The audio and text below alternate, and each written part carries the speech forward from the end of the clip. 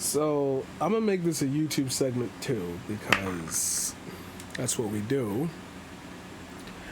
So for the first time ever, you're gonna be hearing my noise gate, and my waves are not brushed, so it may not even look like they connect. Oh, they wavy. Oh, they there. Oh, they wavy. Okay, I'm gonna shut the fuck up about that. It look weird from here, but when they turn, they wavy. Let me get my brush, and I want to talk to y'all about something real quick. Okay, because that was driving me crazy. It's because my hair is drying out. I just washed it today, and then I didn't cover it. I didn't put no product in it because I didn't have time because I had to do a show. I want to talk to y'all about me. I want to talk to you about my thought process. It's time for a check. It's time for a little check-in. I have made so many videos talking about such a range of topics that I told my audience, I told you guys, that I was going to make playlists, and the thought of it was just so fucking jarring, which is why it hasn't gotten done yet. Because I said, yo, I'm gonna have to spend time organizing this, and if I do it, maybe I'll get a few more views. Everything that makes sense to do in this world, I have to quantify it with survival. And I've prided myself on thinking for the longest time that my merits were going to get me through in life.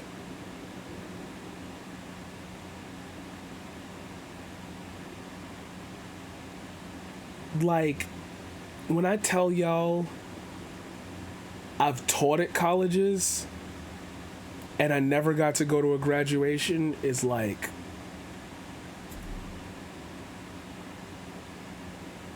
to know I'm sitting on an associate's degree, but like I don't like school, and the teachers and professors that I had when I got into college were like fucking really weird, vindictive people. I remember one time in college, I was really struggling with a theory class. This was Theory 3. It was kind of like the push forward into, okay, here's where everything's gonna go. Here's where everything, here's where your musical career starts. And I remember getting such low scores on the tests that we would get, the homework that we would get. And I remember feeling really defeated because that's the first time in my life I had ever received a failing grade on anything. And I was like, this is music. This is my livelihood. Like, if I'm good at math, I could fucking place the notes here. And then we had to like listen to things and figure out which form it was in and which like part and shit.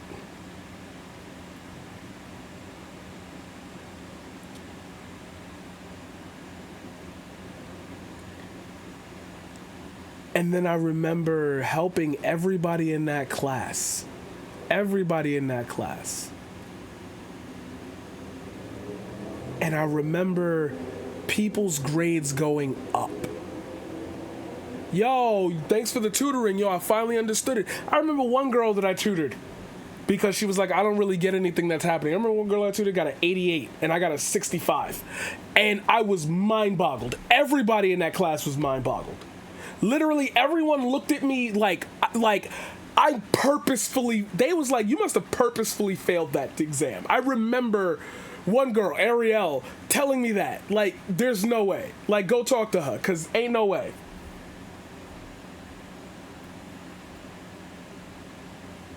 And I remember saying, yo, there's this job that's going to pay me $20 an hour for 4 hours of work. Of course I'm going to take that.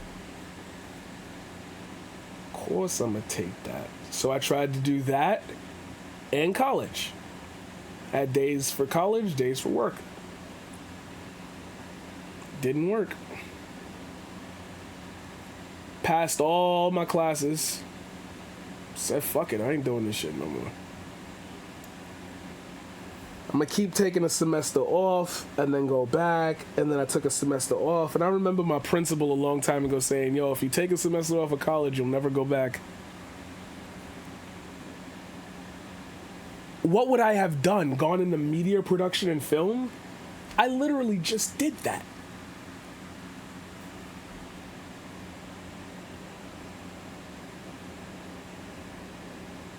I used to dread streaming.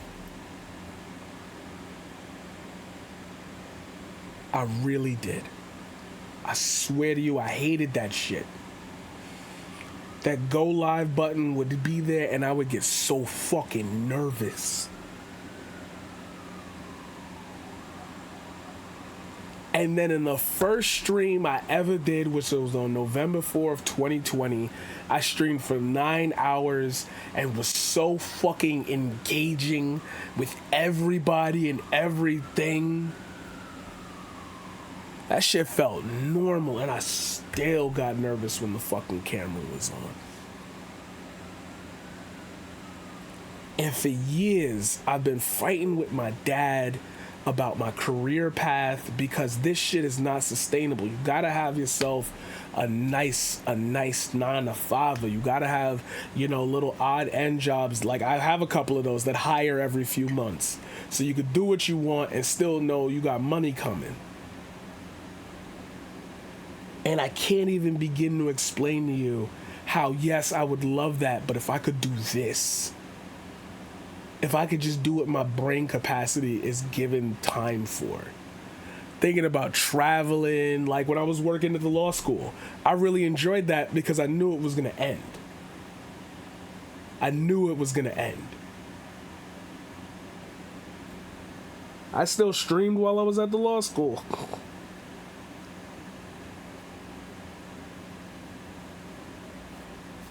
And I just remember all of these little events happening. All of these little things that make me who I am, and I just can't figure out where I went wrong with the monetization process of this. So what is it you really, really want to do outside streaming? Be an artist. I like taking photos. I take a lot of photos. I take really good photos. I work weddings. I do what I want to do for a living. I just don't do it often. Photos and videos, content creation, films. That's why I'm really happy about this job that I might get. They need a videographer for a hospital. But that shit is 30 minutes away by train, and I'd have to move back home because the train is over there. And then it's like, what? I get absorbed in that. They're going to ask me to edit that shit. It's a hybrid position. I'd get locked into editing that, and then I'd ruin my creativity by trying to go too fucking far, tell stories and shit. And then it's like it's up in the air. It's up in the air as far as if I'm employed. I gotta ask questions. I gotta talk to people. Maybe I could negotiate that. Maybe I could be like, yo, I only need to be on site for 2 days. Let me just, because they just want to flex. They literally, that was in the job description. They want somebody who's going to flex it. As y'all just saw, I could flex it. You might not know what I'm talking about, or maybe I've uploaded it by the time I've uploaded this, but I just hosted a show called The Discourse Chamber, and I'm kind of just having my final thoughts on me as a person, me recognizing, like, yo, I've done things. And it's like there are a lot of people who have it better than me who haven't done things, you know? That's what hit me. That's what be hitting me sometimes when I make certain pieces, when I talk about certain events. It's like, do you know the person behind that? Because this is not no fake shit. I'm not telling people all the time, you know, I want to be this, I want to be that, you know, I can't pick a career path, I just want to fall into a job, da-da-da. It's like when you put effort into something and you see it and you can see it, and it's not like I'm a SoundCloud rapper. My beats are fire. I'm not going to waste my hot bars on you. His hot beats. He's got a lot of hot beats. That was a super hot fire reference.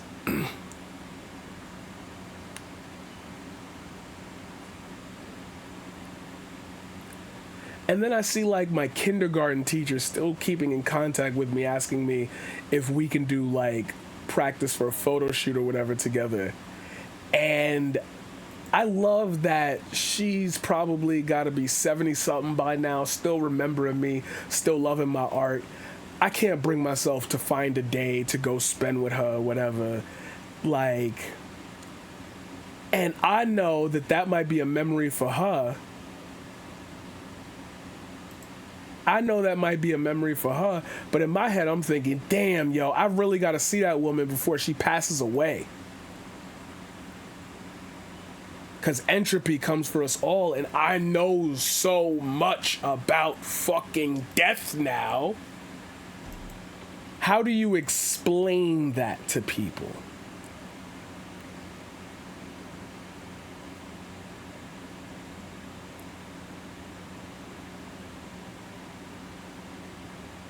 How do you explain to people this is like, this is not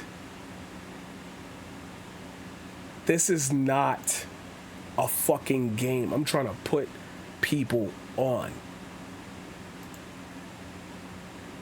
I'm trying to put people on. And when I think about it, yo, at the same time, it's like all my friends are dead. Like, that is a reality. Like, I spin all of this into one thought. I can't stop. If Malachi saw me take a job and stop this, he literally would stop being friends with me. He would have stopped being friends with me.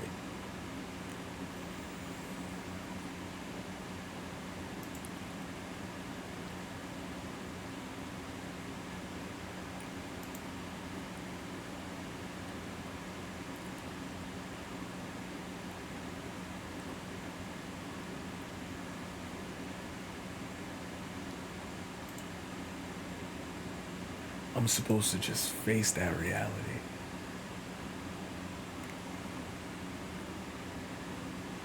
I'm supposed to tell my remaining friends, yo, trust me, I could put y'all on. With what? With what credit? I'm valid everywhere. All right, so put us on. All right, where you want to go? Da-da-da, this and that. All right, bro, I could try, but like, damn. I'm so smoking this fucking backwood clip.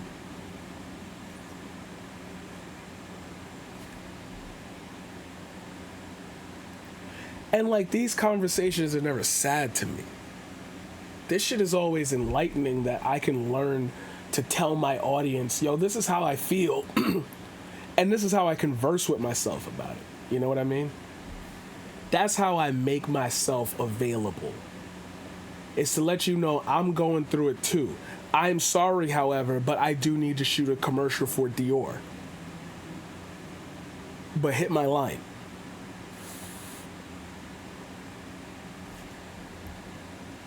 You know how many people I probably know in real life who think I'm mad fake?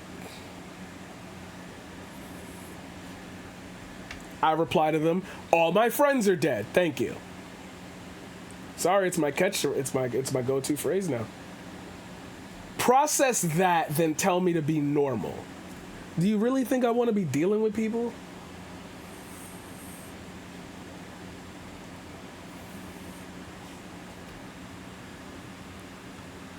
How do you put into words all of the feelings that you've absolutely lost inside of your own head?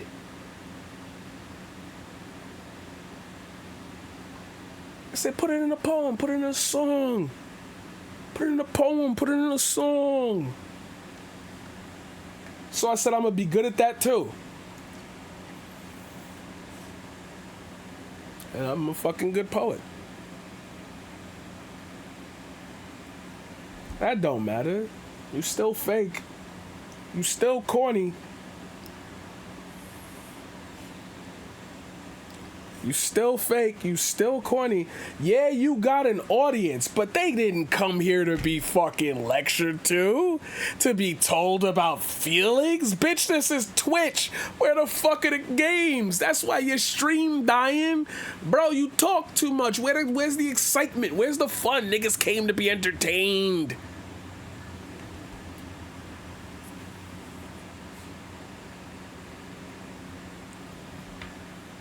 That's funny. That's funny you say that. That's funny you say that. Because it's not fun and games when we on the streets, right? That's when it stopped being fun and games. The ha ha he he stopped there, right?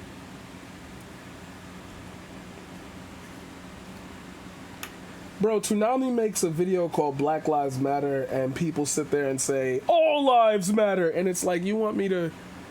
You want me to what?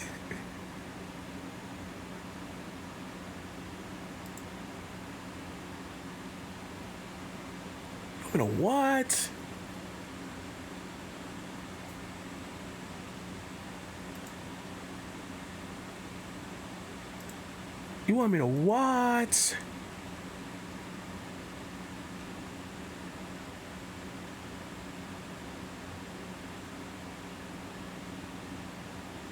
You want me to edit thumbnails?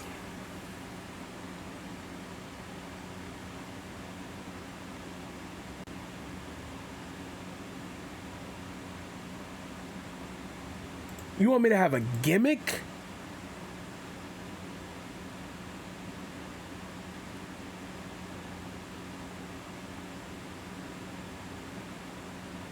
You want me to be a VTuber?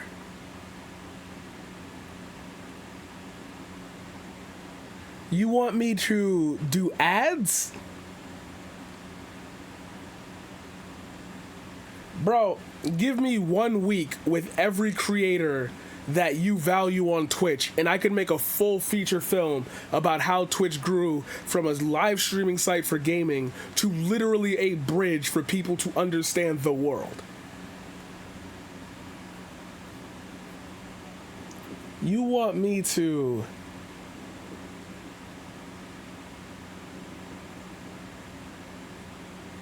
You want me to save you? No, we're fighting. That's it, we're fighting. We're fighting a battle that we're low-key winning. Like, you know what sucks at the end of the day when I go back into my political self? Is that I know in the back of my head, while social stigma of certain groups is getting to an all-time high hysteria, they are losing the legislative fight. Like, actually losing it. So, like, one way or another, you are just going to be, like, a racist, a bigot at the end of the day. I think society's also going to a point where, like, there are those who understand the far right and their power growth, and those who don't agree with it. They won't get in the middle of it. I don't got no problem with trans people. There's at least 3 genders. And then there's the people who are like, exterminate them. Like, we have that. Literally, we have that. We've seen that with our own eyes. As far as the grifters and everything is concerned, I don't know how that's going to work.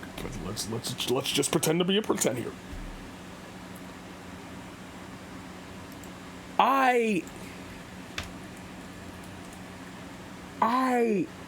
I imagine that at some point, somebody's gonna need to say something.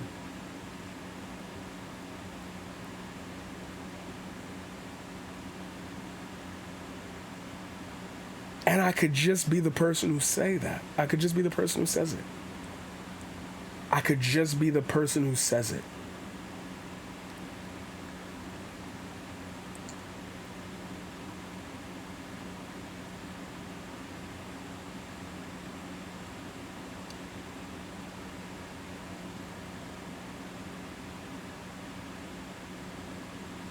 I never would look at anybody different for succeeding. I'm proud of people who found a way to break through it.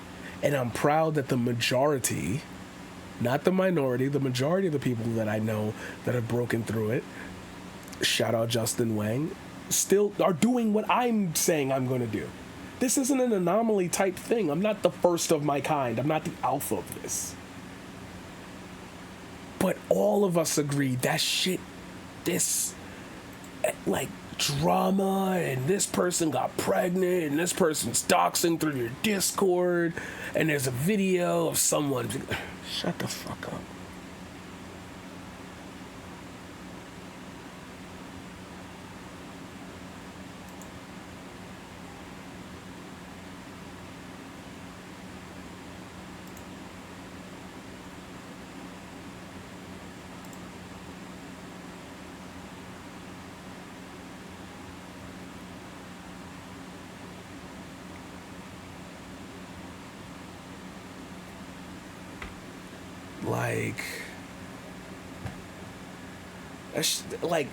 We could just do so much more with this shit, and nobody's doing that. Like, nobody's doing that. RDC is touching the wall. King Beta touching the wall, but niggas is niggas. Corey Kenshin is in the new Five Nights at Freddy's movie, but he with the niggas. So all of a sudden, Kai Cenat's name's brought up. Then all of a sudden this. Then and then dealing with Aiden Ross. Hey, who gives a fuck about these new creators?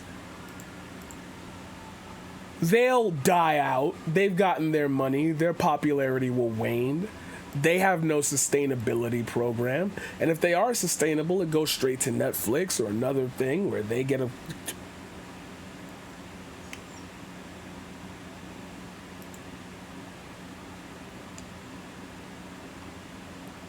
And I just get scared.